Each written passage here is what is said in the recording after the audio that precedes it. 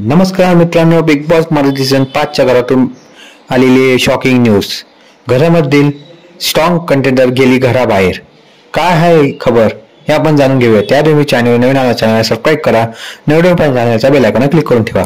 Big boss Marathi season 5 च्या घरामध्ये nomination मध्ये अभिजित, निक्की, वर्षाताई आणि अंकिता ही चौघे नॉमिनेशन मध्ये होते.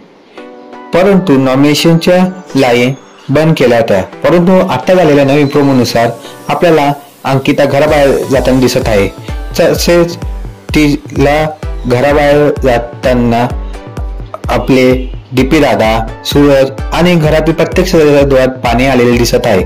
तर तुम्हालाही असे वाटते का अंकिता घराबाहेर गेली? तर असे नाहीये. अंकिता ही घराबाहेर गेली नसून तिला एका सिक्रेट रूम मध्ये ठेवणार आहे, कारण या आठवड्यात वोटिंग लाईन बंद होत्या.